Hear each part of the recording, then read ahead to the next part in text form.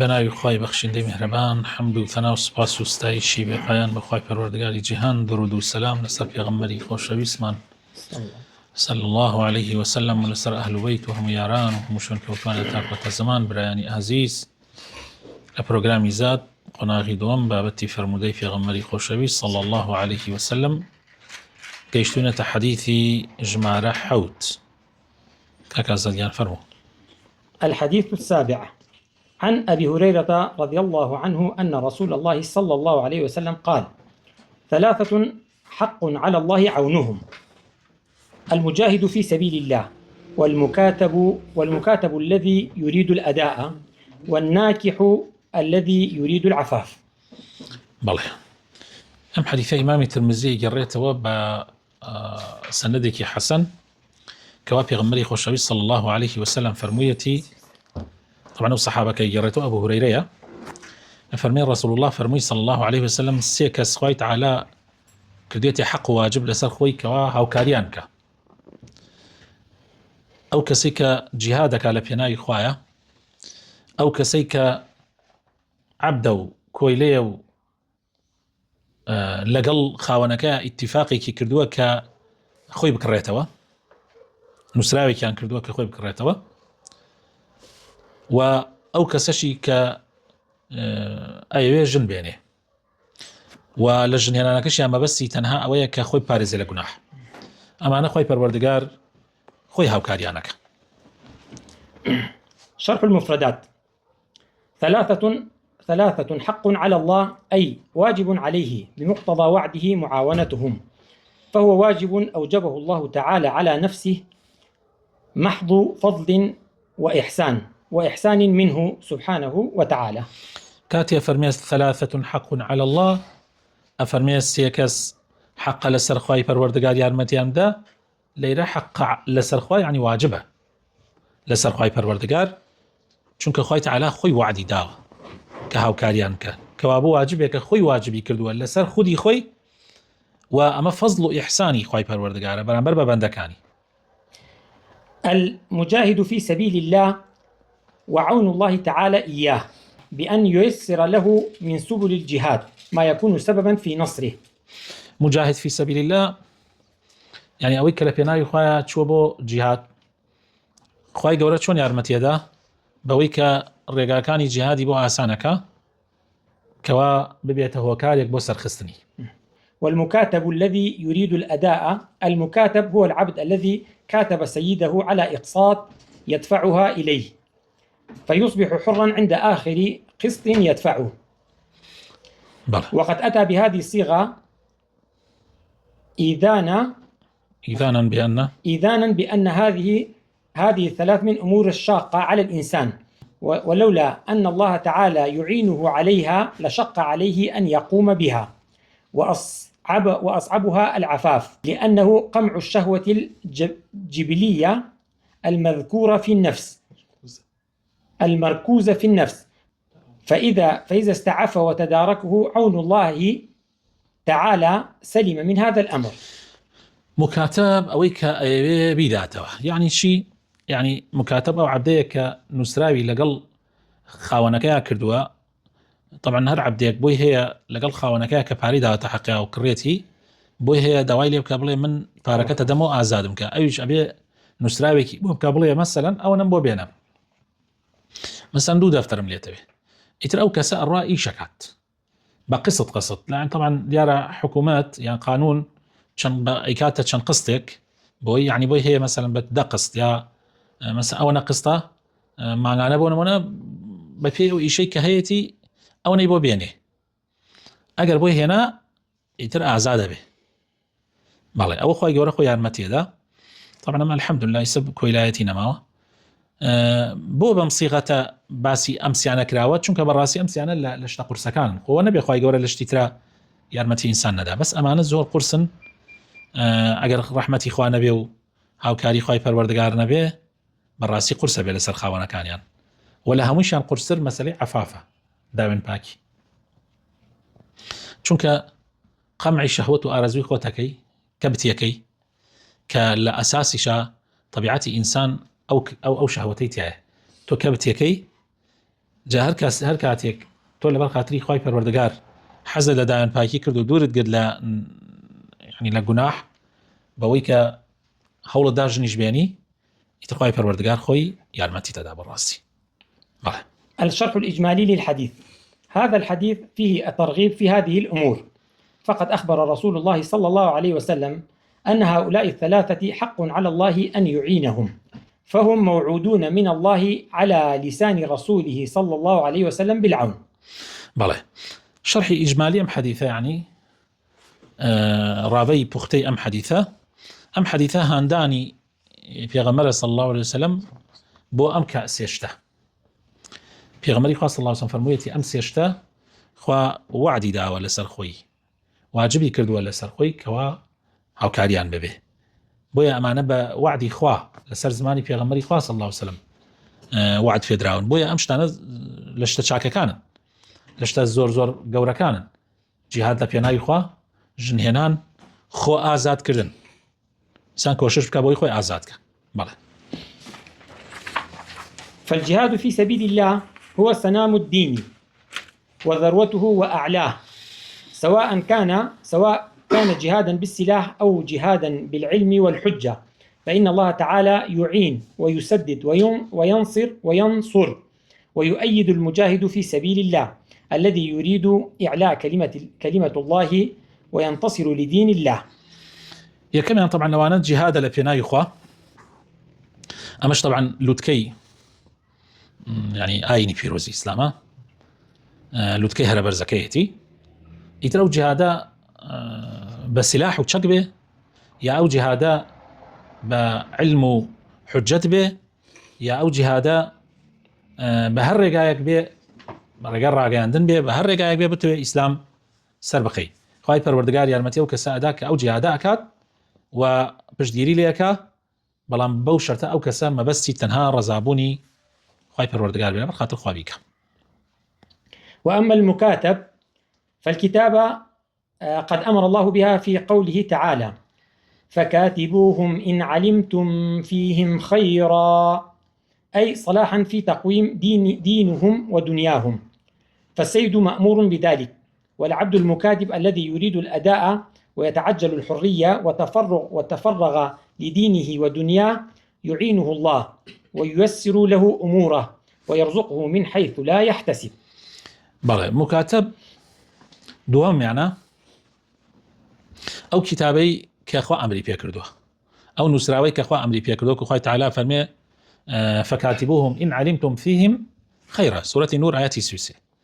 يعني أقد شاكتان بيني لكسيكا لكويليكا وخوي داواي نسراوي كرد بو آزاد بوني يويج مادام خيري تيابين بو دين ودنياي بوي بكن سيد مأمورة خاوني عبدك واجب لسري أو إيشبكا وأو عبدش أو نسراواكا بيويستا لسري أداي بكا، يعني أو باريا أو قسطانة جبكا وبلبكات وهر عبدك كبيت خوي رزقاركا وبلي أويها بيك أخوا آزاديكا واللي ببري بو دين ودنياي خوي ضلنيابن خوي يوريها المتيدة وكاري بو آسانكا ولا شونك ورزق الروزي بونيرك حسابي بونكرت.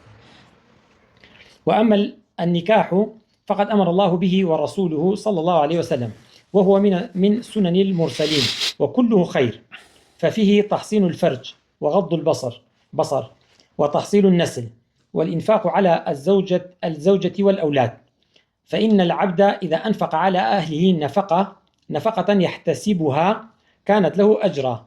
قال الطبري: وأعلم أنه أي النكاح سبب لنفي الفقر.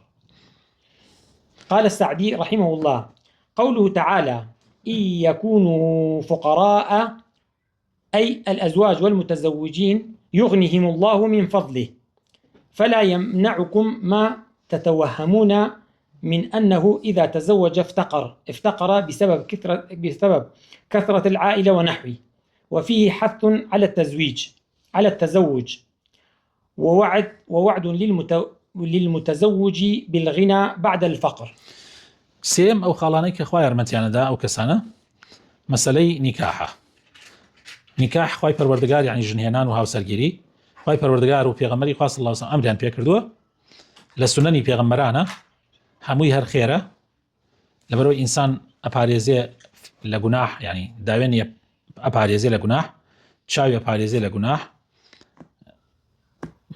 ذريته النسل دروسكات بو آودان كردنوي سرزوي نفقة كردن لسر هاوسرو لسر مناڵەکانی خێر و پاداشتێکی زۆر گەورەی هەیە يعني سەر تۆ نەفەقیان لەسەرکە ئەجر و پاداشت دەسەکرێت ئەگەر مەبەستت خوا بێ.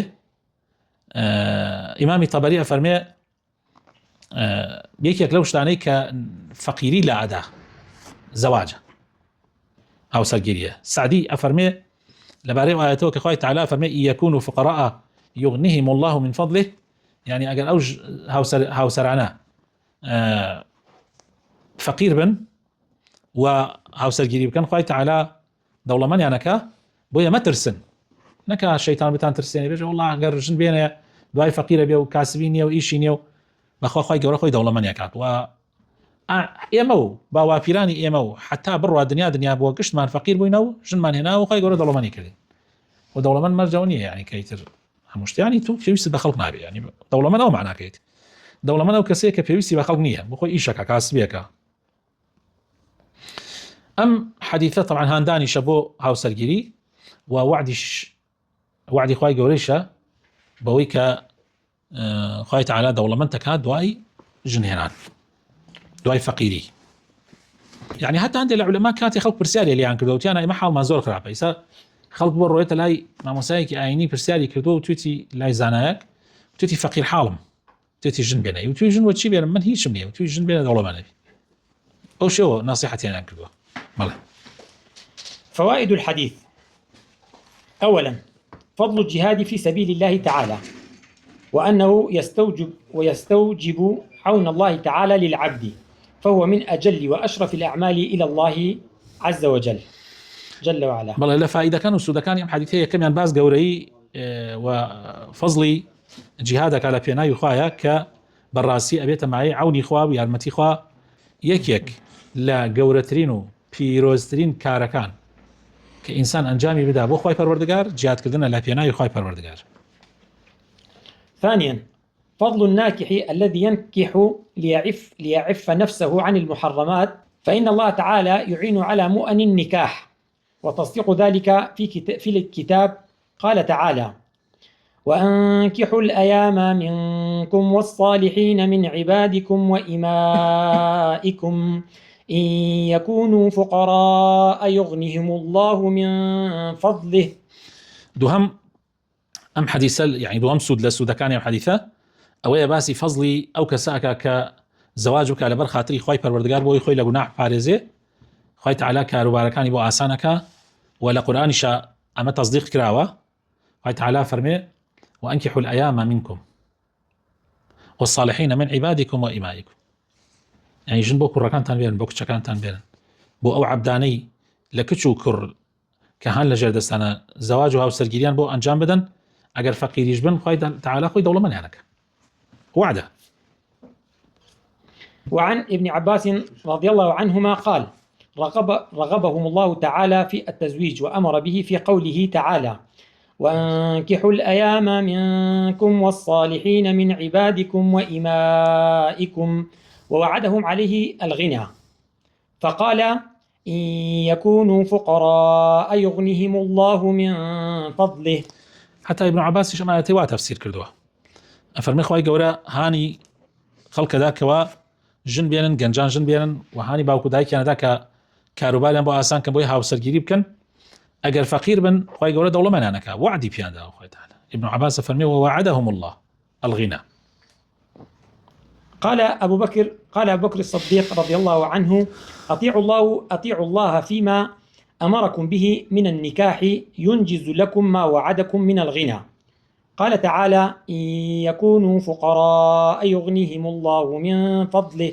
أبو بكر الصديق خوای لە ڕازی بێ هەرواتێ گەیشتووە ئەفەرمێ ئیطاع و گەڕایەڵی خوای پەروەردگار بکەن لەوەی کە ئەمری پێتان کردووە کە ژنهێنانە و خوای تەعالاش وعدی خۆی دێنێتە جێ کە وعدی پێتان داوە کە دەوڵەمەندتان بکات دوای فەقیری. وعن ابن مسعود رضي الله عنه أنه قال: التمسوا الرزق في النكاح بقول الله: إن يكونوا فقراء يغنيهم الله من فضله. ابن مسعود شوي فرموه فرميت اگر اتعنويت رزقتان زيادك جنبين او اياتك تبلغ بله. ظاهر الآية وعد كل فقير تزوج بالغنى، ووعد الله واجب، فإذا رأينا فقيرا تزوج ولم يستغني فليس ذلك لإخلاف الوعد، حاشا لله، ولكن لإخلاله هو بالقصد، لأن الله تعالى إنما وعد على حسن القصد، فمن لم يستغني فليرجع باللوم على نفسه. أفرمي ظاهري أم آياتا أو درخة يخوي تعالى وعدي بقشت بحمو فقيرة كان دا كواجن بينا دولة مناك، أما وعدي خوا واجبه جاء قال فقيرك ما دي جني هنا والله دولة من نبو، أو معناه أونية أخوي تعالى وعدك يخوي خلاف كذا، معناه أوية كابرا خوي نيتك أونية خوي نيتك خرابة، شكو أخوي تعالى وعدي دائبات السر بلام جاري وهي كسك شايستنية كسك خوي نيتك خرابة بالو ما يخوي بك نك نعوذ بالله قمان بأخوابها. ثالثا فضل المكاتب الذي يسعى لأداء بدل الكتابة إلى مولاه، حيث أن الله تعالى يعينه على أداء ما عليه. سيمش باسي أواكا كابراي مكاتب ماسي فضل أواكا كوا چنيا گرنگا أو بياوا همتي برزا حول أداء خوي آزادك، يعني هر كسي أو نيتي هبيه ولبر خاطري خوا حسكا خوي آزادك خوي تعالى شاو كاريك. وصلى اللهم وبارك على حبيبنا محمد وعلى آله وصحبه أجمعين.